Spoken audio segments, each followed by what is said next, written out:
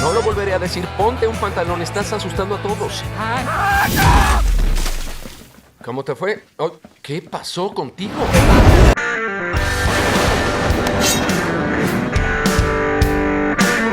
Hello, Katie. Hello, John. How are you? Hey. Good. How are you doing? Hello, Fiona. How are you? Very good, thank you. I hope you are. Oli. Wow, ¿qué onda contigo? Ella le va perfecto, te lo prometo. Can you tell us a little bit about your character in the film? My character's name is Bee. She's 12 years old and she's very curious and adventurous. And I think she's a little bit stubborn. But she really loves her family a lot. And I think I really connected to her. ¿Qué estás haciendo? No lo hagas. In the movie, I play Bee's dad. And I drew from experience being a dad myself. And probably some of my biggest fears for my kids is when they do get to that age where they're deciding whether or not they're going to grow up. I hope they grow up knowing that you never have to fully grow up. And so that's what I tell her in the movie, that you don't ever have to fully grow up. You can hold on to that childhood all the way through your life. Ya abrimos una agencia para ayudar a los Amis a encontrar nuevos niños. ¡Oh, solo vamos a desaparecer! I play the child, the heroine's grandmother, and the child comes to stay with me because my character is the mother of her mother, but her mother died. So it's a strange beginning to a film where the child has not been in her grandmother's house for a few years since the mother died, and the grandmother doesn't know how to treat this new grandchild because she hasn't seen her for a few years, and there is a great sorrow underneath it.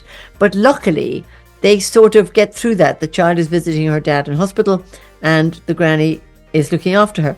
Not very well. I mean, not very good at being a grandmother, very used to living her own life, being a painter, or going to ballets, going to the theater in New York. So it's about a New York grandmother with a young kid staying. That's my part of the story. The main part of the story, of course, is about the child, her view of her grandmother's house, her view of her life, and her view and what, you know, her desolation that takes her upstairs where she discovers a whole world, which is her imagination. Si te dijera que los amigos imaginarios son reales y que cuando sus niños crecen son olvidados. How did you get the role? John came to London and asked me would I be in it, and he told me the whole story, and I was already enthralled by it, so I was very happy to do it. ¿Están muy feos? Peor, desesperados. Una pregunta. Para empezar, ¿por qué nuestros niños nos olvidaron? Why did you decide to be the dad in the film instead of the Cal character? Because when I was writing it, I had written it for Ryan. I knew that I wanted Ryan to play the part, and I hadn't even thought about casting the father yet. And honestly, part of the reason why I decided to play the dad was because after I met her, I had so much fun and she was so joyful. I thought, oh my God, I wouldn't even be acting. I'd just be around her and it would come out and it would be easy. And so I was taking notes on her acting every day. And so by the time our scenes came, I let her do all the work and I just sat back and watched her be amazing. Lugar feliz, lugar feliz. Café croissant, café croissant. How was it working with John as a director? Well, I mean, John is director, writer, host, smiler, actor, everything. He's a real he enthuses everybody around him. He's a real leader, a good captain, and great fun, and very childlike in his enthusiasm. And of course, he has an amazing ability to both do something like A Quiet Place and then do a film like this, which is completely opposite. You know, one is so frightening, and this is so not frightening. This is really about exploring. In fact, I was amazed when I saw it, how unfrightening the film was. It's just a journey as you flow through these delightful fragments of emotional imaginary friends who you meet, and you can't wait to meet the next one, and you want to befriend all of them. They're all wonderful. Semana pasada empecé a desmoronarme. Te estás acabando el oxígeno del cuarto. Doc, si así va a ser la cosa, solo voy a rodar hacia atrás y voy a enchufarme. Do you have a favorite imaginary friend of those that appear on the film? I really liked a block of ice in the glass. I thought it was hilarious. Esto es súper emocionante. ¿Qué está pasando? Pues es una pregunta de lo más comprensible en vista de... Yo soy un Ami, ¿entiendes? un amigo imaginario. My favorite is Lewis, and it's been that way for a long time, and I'm very indecisive, so I think it'll stay that way, but I also really liked Slimeball. Slimeball's good. He's so funny, and I loved Marshmallow. Marshmallow. Were you? I was. Ah! Oh. There you Puedo ayudarte. ¿Cómo? Soy una niña. Tú eres la elegida. No me la emociones. Suerte, chiquilla. Ahora todo está en tus manos. It's hard to say. I mean, I think that for obvious reasons, I would say Blue's probably my favorite right off the bat, just because I think that the whole world, everybody needs a big hug, and he might be the greatest hugger of all time. So that's always nice. But then I think that after editing this and working on this movie for a really long time, I think the sneak favorite, no pun intended, was the spy Cosmo. I think he was just so much fun to write and edit and work with, and Chris Maloney, who plays the voice, is phenomenal, and that ended up being one of my favorite characters. ¿Qué clase de niño crea un Ami invisible? Puedo encontrar a quien sea, donde sea. Me escupí en la boca. Kaylee, how's it like acting with something that is not there? It's very different than acting with a regular human, but I loved it. I had never done it before, and I was very nervous to start because I didn't know what I was getting into.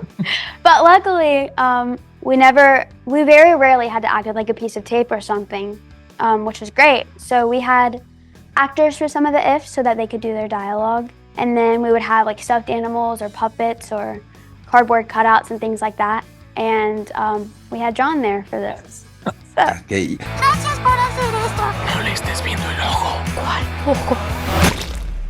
Sí, le va a volver a crecer. What was the most fun that you had on set, or the most, and on the opposite side, the most difficult thing you had to do on set? Well, the most difficult thing is always repetition. You know, you have to repeat these scenes many times, and trying to always get them a little bit better so that you're getting the accuracy of the emotional relationship with the granddaughter correct. So Kaylee, who I've enjoyed working with very, very much, she's a delightful young woman now and a lovely girl as she was then. She's a very nice person. So we would work very hard to get these scenes correct. And then when we were free, we would play Wordle in the behind the scenes when they were setting up the scenes. She taught me how to play Wordle. I didn't know how to play Wordle. She's very good at Wordle. So we would play Wordle every day. And then that was quite difficult. But the hilarity was that, you know, things would go wrong and we'd laugh, and, you know, it was just good fun. Nuestros niños crecieron. Necesitamos unos nuevos. Podría salvar a todos. ¿Quiénes son todos? Y no digas Amis. And John, how did If began for you? I wrote it for my kids. I wanted to write a movie for my kids, but the idea of imagination, I was just finding myself standing in a doorway watching my two kids go to some magical place that we weren't invited to. And I just was so enamored by not only the joy that they were experiencing, but how authentic it was, that they were genuinely somewhere else. And I thought I should write about that. And then when the pandemic hit, they started to imagine a lot less, and their light started to go out, or so it seemed. And they started letting the real world in, which we all do. And fear started to come in, and they asked, you know, are we going to be okay? And I just thought, I got to write a movie about that magical world that they can always revisit. And even when you're scared, and even when you're having a bad day, you can always go back to that magical place, and that place where all the joy and hope lives. Desapareciendo. Ay, no estoy listo para esto. Creo que voy a vomitar. Oh, necesito comer. What time does the movie takes place? Because it's not quite clear. And there are musical references from. So that's exactly right. I actually purposely made sure that I never expressed what time this movie's happening, because I grew up with movies that were so nostalgic, that the movies were timeless. And whether it was Frank Capra or Steven Spielberg or any of these amazing filmmakers, they would bring you into a world that it didn't matter which time or place it was. And then for me, the reason why I jumped to all these different eras, whether it was through decoration or through music, was this idea of, you know, everyone has an imaginary friend, or everyone has an imaginary place that they can go to or used to go to. And that goes for all these generations and eras. And so I tried to represent that by showing that there's many different places and times that you can be from. Mamá decía, mucho dulce no es bueno para tu estómago, pero yo digo que... Upsi dupsi. Wow, hasta mis ojos lo olieron. Ay, perdónenme.